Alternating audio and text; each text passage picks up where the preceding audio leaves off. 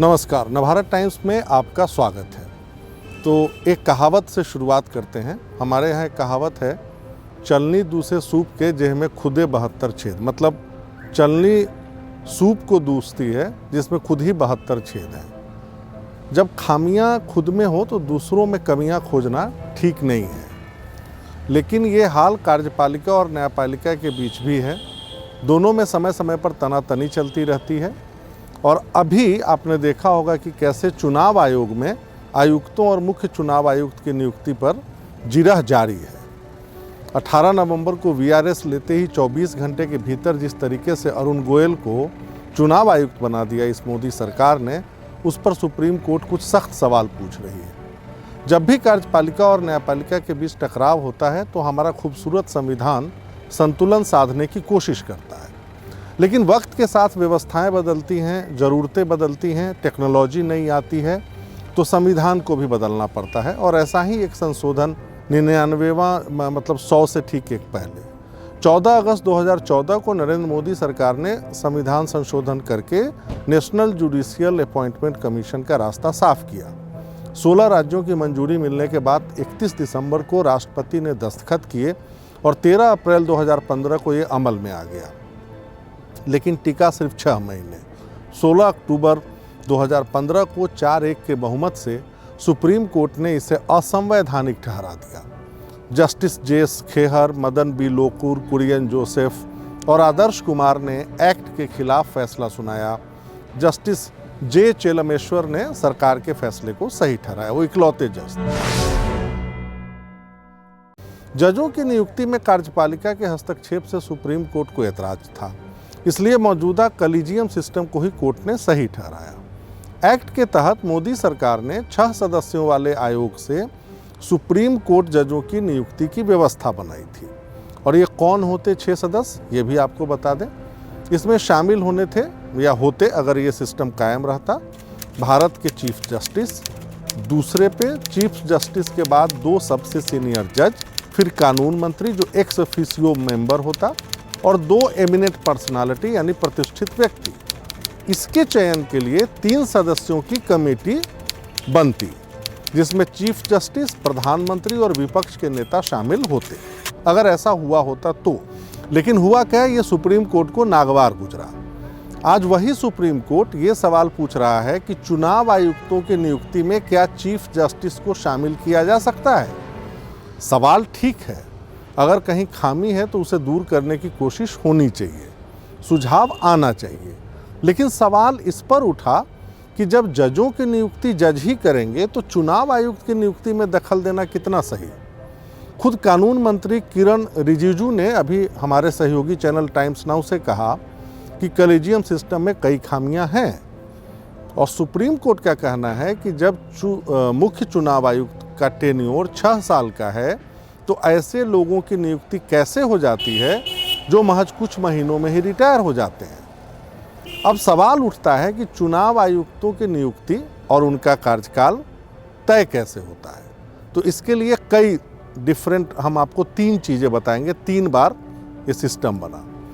Effective 1991 का election commission act, इसमें tenure 6 साल का रखा गया, लेकिन 65 साल की आयु पूरी होने से पहले, जो भी पहले हो, 65 साल की आयु हो जाए या 6 साल की सर्विस। Justice KM. जोसेफ ने श्रीलंका, पाकिस्तान, नेपाल का हवाला दिया अभी हियरिंग में और पूछा तंज कसा कि क्या हम इनसे भी पीछे रहना चाहते हैं। अब अपने संविधान को देखते हैं कि हमारा संविधान का अनुच्छेद 324 में चुनाव आयोग के गठन और जिम्मेदारियों का जिक्र कैसे किया गया है। तो चुनाव आयोग में एक मुख्य चुनाव आयुक्त और अन्य आयुक्त होंगे जिनकी संख्या समय समय पर तय की जाएगी। ये पहला उसका मुख्य अंश है। दूसरा, मुख्य चुनाव आयुक्त और अन्य आयुक्तों की नियुक्तियां राष्ट्रपति करेंगे। ये दूसरा महत्वपूर्ण ये है। और आप जानते हैं कि राष्ट्रपति की, जब ये कहा जाता है देश में, हमारे देश में, कि राष्ट्रपति नियुक्ति करेंगे, मतलब राष्ट्रपति काउंसिल ऑफ मिनिस्टर्स की सलाह पर ही कोई फैसला करते हैं। तीसरा, जब कोई आयुक्त को ही मुख्य चुनाव आयुक्त बना दिया जाए तो वो इलेक्शन कमीशन के चेयरमैन की तरह काम करेगा। चौथा, चुनाव आयोग की सलाह से राष्ट्रपति रीजनल कमिश्नर्स की भी नियुक्ति कर सकते हैं अगर ज़रूरत पड़े तो। पांचवा, चुनाव आयुक्तों की सेवा शर्तें और टेन्योर राष्ट्रपति तय करेंगे। यानी राष्ट्रपति मतलब वो संवैधानिक सर्वोच्च स्थिति पर हैं, बट सारे फैसले कैबिनेट की सलाह से करते हैं। संविधान के मुताबिक राष्ट्रपति कैबिनेट की सलाह से ही काम करते हैं, इसलिए आयुक्तों की नियुक्ति में भी कैबिनेट डिसीजन लेती है और वो फैसला, वो प्रस्ताव राष्ट्रपति के पास भेज दिया जाता है। अरुण गोयल की नियुक्ति में भी यही तरीके अपनाए गए, इसका पालन किया गया। यानी टेक्निकली सरकार का कहना है कि ये करेक्ट प्रोसीजर है। 18 नवंबर को वो वीआरएस लेते हैं, कैबिनेट उनके नाम पर फैसला करती है और अगले ही दिन राष्ट्रपति उस पर दस्तखत करते हैं और अरुण गोयल चुनाव आयुक्त बन जाते हैं। एक बात साफ कर दूं कि सुप्रीम कोर्ट ने भी कहा है कि उनको अरुण गोयल से कोई दिक्कत नहीं है, उनके रिकॉर्ड्स अच्छे हैं, प्रोसीजर से दिक्कत है। खैर, जब चुनाव आयुक्तों की नियुक्ति के मामले में सुनवाई शुरू हो जाती है तो जजों ने ये कहा कि गोयल की फाइल हमें पहुंचाओ। कोर्ट ने हैरानी जताते हुए कहा कि 2004 के बाद यूपीए सरकार में 6 और मोदी सरकार में शायद 8 चुनाव आयुक्त बदले गए, 7 या 8। हालांकि सुप्रीम कोर्ट की हालत भी वैसी ही है।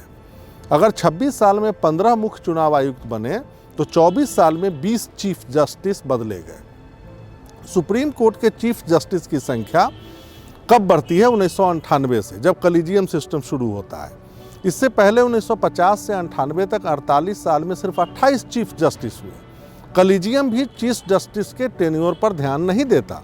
मौजूदा चीफ जस्टिस की बात करें डीवाई चंद्रचूड़, तो उनसे पहले जो यूयू ललित थे सिर्फ 2.5 महीने चीफ जस्टिस रहे। यही नहीं, सुप्रीम कोर्ट के मौजूदा 27 जजों में से 6 के पिता जज रह चुके हैं, पिताजी। इन आंकड़ों से हमारा मकसद कोई इशारा करना नहीं है, जो सच्चाई है, जो फैक्ट है, वो हम आपसे साझा कर रहे हैं। सुप्रीम कोर्ट ने जिरह के दौरान दिनेश गोस्वामी कमेटी का भी जिक्र किया। चुनाव सुधारों पर यह कमेटी 1990 में बनी थी। हमने सोचा आपसे साझा करूं कि उसका मकसद क्या था। कमेटी ने आयोग में एक मुख्य चुनाव आयुक्त और 2 आयुक्त रखने की अनुशंसा की। नियुक्ति प्रक्रिया की सिफारिश जो थी वो इस तरह थी, जो हम आपको बताने जा रहे हैं। नंबर 1, मुख्य चुनाव आयुक्त की नियुक्ति चीफ जस्टिस और लोकसभा में विपक्ष के नेता से सलाह मशविरा करने के बाद राष्ट्रपति करेंगे। नंबर 2, सलाह मशविरे की प्रक्रिया को संवैधानिक ढांचे में रखा जाए, यानी इसको कॉन्स्टिट्यूशनल फ्रेमवर्क में शामिल किया जाए, संविधान का हिस्सा बनाया जाए। नंबर 3, 2 अन्य आयुक्तों की नियुक्ति चीफ जस्टिस, विपक्ष के नेता और मुख्य चुनाव आयुक्त की सलाह लेकर राष्ट्रपति करेंगे, यानी इसमें जो चीफ इलेक्शन ऑफिसर थे उनको भी शामिल किया गया। चौथा, बहुत इंपॉर्टेंट और जिस पर सबका ध्यान जाना चाहिए, जिसका मकसद इस जिरह का भी वही है कि इम्पार्शियल रहे चुनाव आयोग। दिनेश गोस्वामी कमेटी ने सिफारिश की कि रिटायरमेंट के बाद कोई भी आयुक्त, चाहे वो चीफ इलेक्शन कमिश्नर क्यों न हो, कोई सरकारी पद नहीं लेगा, गवर्नर नहीं बनेगा, कहीं का राजदूत नहीं बनेगा। खैर, जब गोस्वामी कमेटी की सिफारिशों के आधार पर 1990 में 70वां संविधान संशोधन विधेयक पेश किया गया, लेकिन राजनीतिक इच्छा शक्ति के अभाव में ये पास नहीं हो सका और 93 में इस एक्ट को वापस ले लिया गया। इसी बीच ये 1991 वाला इलेक्शन कमीशन एक्ट आया, जिसकी चर्चा हमने इससे पहले की। इसके आधार पर ये जो व्यवस्था दिनेश गोस्वामी कमेटी ने सुझाई थी कि रिटायरमेंट के बाद मनचाही नियुक्ति उनकी न हो, पॉलिटिकल उस पर न हो, वो उसको ताखे पर रख दिया गया। उस पर किसी भी सरकार ने आज तक अमल नहीं किया, जिसका कारण है कि सुप्रीम कोर्ट भी शक कर रहा है और शायद बाकी विपक्षी दलों या आम जनता के बीच भी ये समझ पैदा होती है कि क्या चुनाव आयुक्त या चुनाव आयोग निष्पक्ष तरीके से काम करता है। आज के लिए इतना ही। आलोक से समझिए में हम फिर बुधवार को मिलेंगे। तब तक के लिए नमस्कार।